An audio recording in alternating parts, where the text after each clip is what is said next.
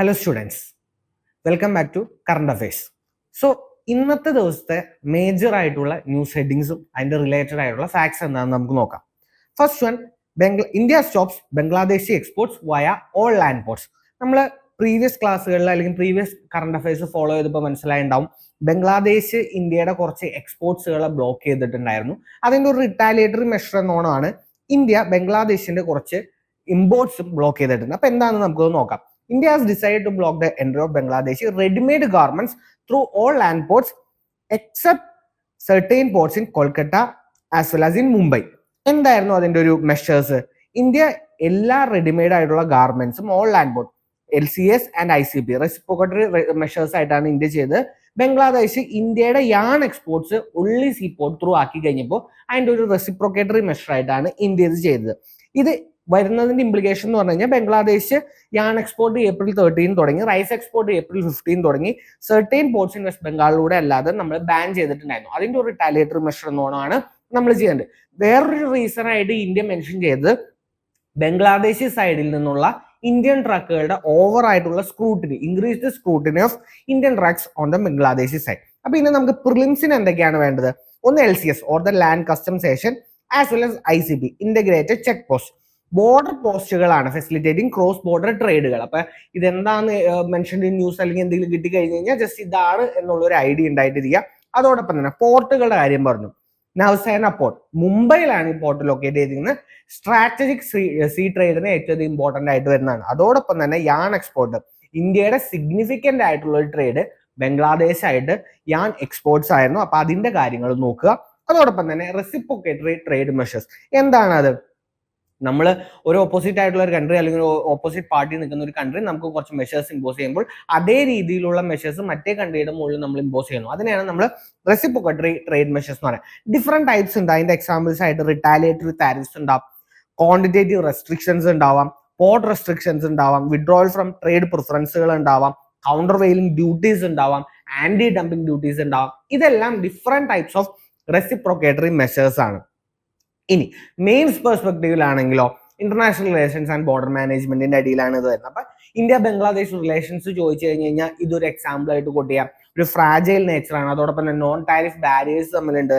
അതോടൊപ്പം തന്നെ retaliatory trade പോളിസിയുടെ ഒരു എക്സാമ്പിൾ ആയിട്ട് ഇത് മെൻഷൻ ചെയ്യാൻ പറ്റും. പിന്നെ നമ്മൾ നൈബർഹുഡ് ഫസ്റ്റ് പോളിസിയിൽ വരുന്ന എന്തെങ്കിലും ഒരു ഇഷ്യൂ ആണ് അല്ലെങ്കിൽ നൈബർഹുഡ് ഫസ്റ്റ് പോളിസിനെ കുറിച്ച് ചോദിച്ചു കഴിഞ്ഞാൽ ഇന്ത്യ ബംഗ്ലാദേശ് റിലേഷൻഷിപ്പ് എഴുതുമ്പോൾ ഇതും അതിൻ്റെ അകത്തൊരു ഫാക്ടർ ആയിട്ട് നമുക്ക് എഴുതാനായിട്ട് പറ്റും.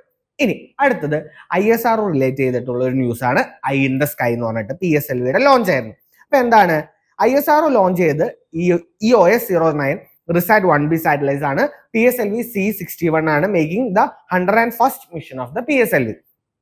ഇത് പോഡ് മിഷൻ, ഡീഓർബിറ്റിംഗ് തുടങ്ങി ഒരുപാട് കാര്യങ്ങൾ ഇൻക്ലൂഡ് ചെയ്തിട്ടുള്ള ഒരു മിഷൻ. അപ്പൊ പ്രിലിംസിലേക്ക് വേണ്ടിയിട്ട് നമുക്ക് എന്തൊക്കെയാണ്? ഒന്ന് ഓർബിറ്റ് ആണ്. ഏത് ഓർബിറ്റിലേക്കാണ് ഈ ലോഞ്ച് നടന്നത്? സൺ സിൻക്രണൈസ്ഡ് പോളാർ ഓർബിറ്റിലേക്കാണ് ഈ ലോഞ്ച് നടന്നിരിക്കുന്നത്. അതോടൊപ്പം തന്നെ ലോഞ്ച് യൂസ് ചെയ്തിരിക്കുന്ന machine PSLV C61 Satish Dhawan space research സെന്ററിൽ നിന്നാണ്. ഇനി ഇത് ഡാറ്റകളെ കോംപ്ലിമെന്റ് ചെയ്യുന്ന മൾട്ടിപ്പിൾ ആയിട്ടുള്ള ഏരിയാസിൽ നിന്നാണ്.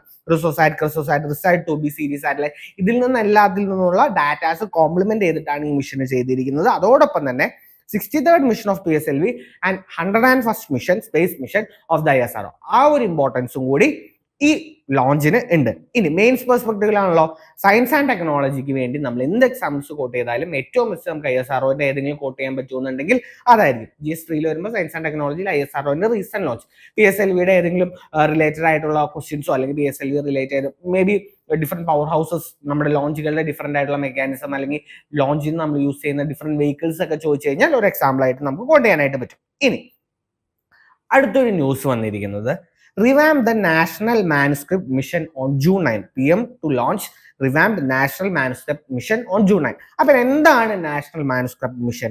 മാനുസ്ക്രിപ്റ്റ് മിഷൻ റീനെയിം ചെയ്തിരിക്കുകയാണ് Gyan Bharatam mission. Okay, manuscript mission has been renamed as Gyan Bharat mission, ജ്ഞാനം or Gyan whichever is easier, Bharat mission on June 19, 2025. എന്താണിത്?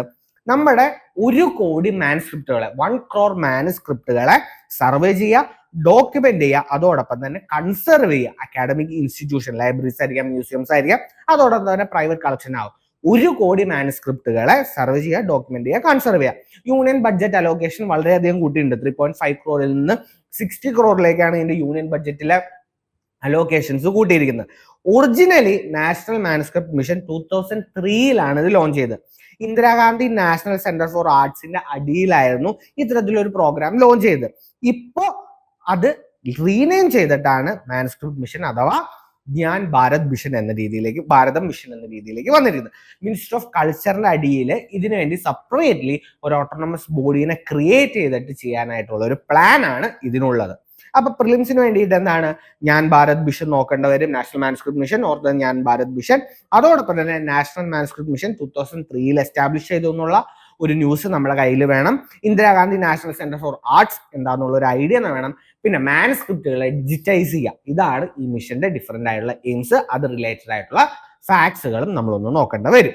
മെയിൻസിലേക്ക് വരുമ്പോഴോ ഹിസ്റ്ററിയിലേക്കും ഹെറിറ്റേജ് ആൻഡ് കൾച്ചറിലും എങ്ങനെയാണ് ഡിജിറ്റൽ ടെക്നോളജികളെ കൺസർവേഷന് വേണ്ടി യൂസ് ചെയ്യാൻ പറ്റുക. അതിന്റെ ഏറ്റവും ബെസ്റ്റ് എക്സാമ്പിൾ ആണല്ലോ. എന്തായാലും ഇത് കോട്ട് ചെയ്യേണ്ടി വരും നമ്മൾ എക്സാമ്പിൾസിലോ അല്ലെങ്കിൽ പോയിന്റ്സിലോ നമ്മൾ എന്തായാലും കൊടുക്കേണ്ടി വരും. അപ്പൊ നമ്മൾ ഹിസ്റ്ററിയോ കൾച്ചറിനെയോ നമ്മൾ പ്രിസർവ് ചെയ്യുമ്പോൾ അതിലെങ്ങനെയാണ് ഡിജിറ്റൽ ടെക്നോളജിയുടെ റോള് വരുന്നത്, ഡിജിറ്റൽ ടെക്നോളജിക്ക് അതിൻ്റെ എത്രത്തോളം ഇമ്പോർട്ടൻസ് ഉണ്ട്, അതെങ്ങനെ ഫാസ്റ്റ് ഫോർവേഡ് ചെയ്യാൻ പറ്റും, ഫ്യൂച്ചറിലേക്ക് അതെങ്ങനെ ഹെൽപ്പ് ചെയ്യും. ദ ബെസ്റ്റ് എക്സാമ്പിൾ നമുക്ക് കോട്ട് ചെയ്യാൻ പറ്റുന്നത് ഇതാണ്. ഇനി അടുത്തത് യുണൈറ്റഡ് നേഷൻ പീസ് കീപ്പിംഗ് മിഷനായിട്ട് റിലേറ്റ് ചെയ്തിട്ടുള്ള ഒരു ന്യൂസ് ആയിരുന്നു. India, a major contributor of the united nation peacekeeping, plus the new units including police, woman led unit, special task force at the UN ministerial conference held in Ghana. അപ്പൊ എന്താണ് united nation peacekeeping ആയിട്ട് relate ചെയ്തിട്ടുള്ള ഇന്ത്യയുടെ positions അല്ലെങ്കിൽ India related ആയിട്ടുള്ള facts എന്തൊക്കെയാണ്? Currently India 4th largest troop contributor ആണ്. Different ആയിട്ടുള്ള contributions or different newly pledge യൂണിറ്റ്സുകൾ നമുക്കുണ്ട്. കുറച്ച് എക്സാമ്പിൾസ് നമുക്ക് നോക്കാം. 1 quick reaction force company, 1 mixed gender CRPF unit, woman formed police unit, സ്വാട്ട് പോലീസ് യൂണിറ്റ്, ഇതെല്ലാം ന്യൂലി പ്ലഡ്ജ് യൂണിറ്റുകളാണ്. United nation peacekeeping mission 2023 held ചെയ്ത് ഗാനയിലാണ്, May 14 ഇന്ത്യ എംബസൈസ് ചെയ്ത ഇന്ത്യ എംബസൈസ് ചെയ്ത കോർ ഏരിയാസ് എന്ന് പറയുന്നത് ഡിജിറ്റൽ ടെക്നോളജിയും സസ്റ്റൈനബിൾ ലോജിസ്റ്റിക്സും ആയിരുന്നു. Digital technology and sustainable logistics in future operations ആയിരുന്നു ഇന്ത്യയുടെ ഏറ്റവും ബിഗസ്റ്റ് ആയിട്ടുള്ള പോയിന്റ്. ഇനി മെയിൻസിലേക്ക് വരുമ്പോൾ നമ്മൾ എങ്ങനെയാണ് ഇത് യൂസ് ചെയ്യുക? ഇന്റർനാഷണൽ റിലേഷൻസിലും ഇന്ത്യ ബൈലാറ്ററൽ ഇൻസ്റ്റിറ്റ്യൂഷണൽ റിലേഷൻസിലും എക്സാമ്പിൾസ് ആയിട്ട് നമുക്ക് ഇത് കോട്ട് ചെയ്യാനായിട്ട് പറ്റും.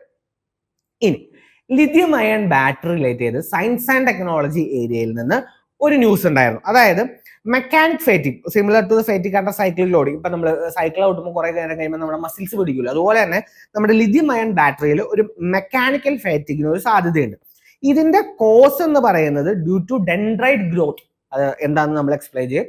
ഡെൻഡ്രൈറ്റ് ഗ്രോത്ത് കൊണ്ടായിരിക്കാം ഇത്തരത്തിൽ ലിഥിയം അയൺ ബാറ്ററിയിൽ മെക്കാനിക്കൽ ഫേറ്റിക് ഉണ്ടാവുന്നതെന്ന് ഒരു റീസെന്റ് സ്റ്റഡീസ് സജസ്റ്റ് ചെയ്തു. അപ്പൊ എന്താണ് ഡെൻഡ്രൈറ്റ്? ലിഥിയം ഫിലമെന്റ്സിന്റെ ഒരു റൂട്ട് ലൈക്ക് ഗ്രോത്ത് ആണ്. അത് ചാർജ് ഡിസ്ചാർജ് സൈക്കിൾ വരുമ്പോൾ അതിങ്ങനെ റൂട്ട് ലൈക്ക് ഗ്രോത്ത് പോലെ തോന്നും.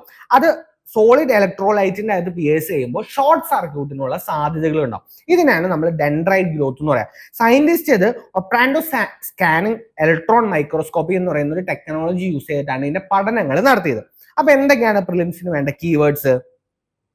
സോളിഡ് സ്റ്റേറ്റ് ബാറ്ററികൾ, സെറാമിക് സോളിഡ് സ്റ്റേറ്റ് ഇലക്ട്രോലൈറ്റ് ആണ്. ട്രഡീഷണൽ ലിക്വിഡ് ഇലക്ട്രോലൈറ്റുകളെ സംബന്ധിച്ച് നമ്മൾ യൂസ് ചെയ്യുന്നപ്പോൾ സോളിഡ് സ്റ്റേറ്റ് ബാറ്ററികളാണ്. എന്താണ് ഇതിന്റെ കൂടുതലായിട്ടുള്ള അഡ്വാൻറ്റേജ്? സേഫർ ആണ്, മോർ ഡെൻസർ ആണ്, ഡ്യൂറബിൾ ആണ്. പക്ഷെ ഇതിന്റെ നെഗറ്റീവ് സൈഡ്സോ ക്രാക്കിങ്ങും ഈ പറഞ്ഞ ഡെൻഡ്രൈറ്റ് ഗ്രോത്തുകൾ ഉണ്ടാവാനായിട്ടുള്ള സാധ്യതയുണ്ട്. അതാണ് അതിന്റെ നെഗറ്റീവ് ആയിട്ടുള്ളത്. അപ്പൊ എന്താണ് ഡെൻഡ്രൈറ്റ് പറഞ്ഞത്? Lithium filaments, microscopic lithium filaments ആനോഡിന്റെ സ്ഥലത്ത് ഫോം ചെയ്യുന്ന ഷോർട്ട് സർക്യൂട്ടിന് സാധ്യതകൾ ഉണ്ടാക്കുന്നതാണ്. മെക്കാനിക്കൽ ഫേറ്റിക് എന്താണ്? മെക്കാനിക്കൽ ഫേറ്റിക്കുകൾ കൊണ്ടാണ് ഈ കോസ് ഇത്തരത്തിലുള്ള ഡെൻഡ്രൈറ്റ് ഇൻഡ്യൂസ്ഡ് ഫെയിലിയർ ഉണ്ടാകുന്ന മെക്കാനിക്കൽ ഫേറ്റിക്കിന് സാധ്യതമാകുന്നത് ഇത്തരത്തിലുള്ള ഡെൻഡ്രൈറ്റ് ഗ്രോത്തുകൾ കൊണ്ടാണ്. ഒപ്രാൻഡോ സ്കാനിങ് മൈക്രോസ്കോപ്പി എന്താണ്? ഒരു റിയൽ ടൈം ഒബ്സർവേഷൻ ആണ്.